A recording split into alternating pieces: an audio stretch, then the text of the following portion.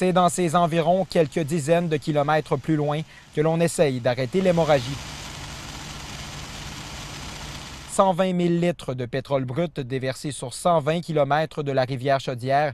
C'est le scénario envisagé par le ministre de l'Environnement à la suite de la tragédie à Lac-Mégantic. Même nous autres, dans la soirée, on a fermé les fenêtres de la maison là, parce que ça sentait le fioul au bout. Là.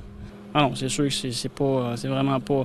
Même s'ils captent là-bas, là, il va y avoir des résidus un peu partout probablement là, qui vont rester puis que ça va prendre du temps avant de descendre. Là. Les conséquences pour les municipalités aux abords de la rivière sont importantes. La ville de Sainte-Marie est la plus touchée du secteur.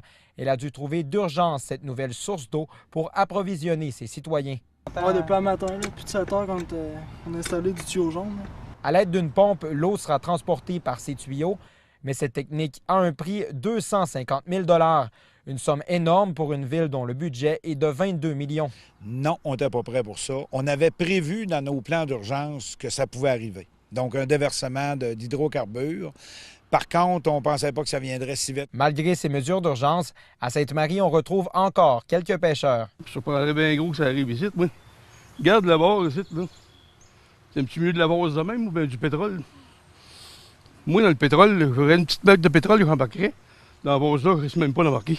La situation est tout autre à Saint-Georges-de-Beauce, où l'on avait déjà prévu une solution de rechange en cas de désastre. Bien là, on a remis en fonction 7 conduites du lac Poulain qui alimentent actuellement les 24 000 abonnés donc, du réseau d'aqueduc de Ville de Saint-Georges. La rivière Chaudière se déverse dans le fleuve Saint-Laurent.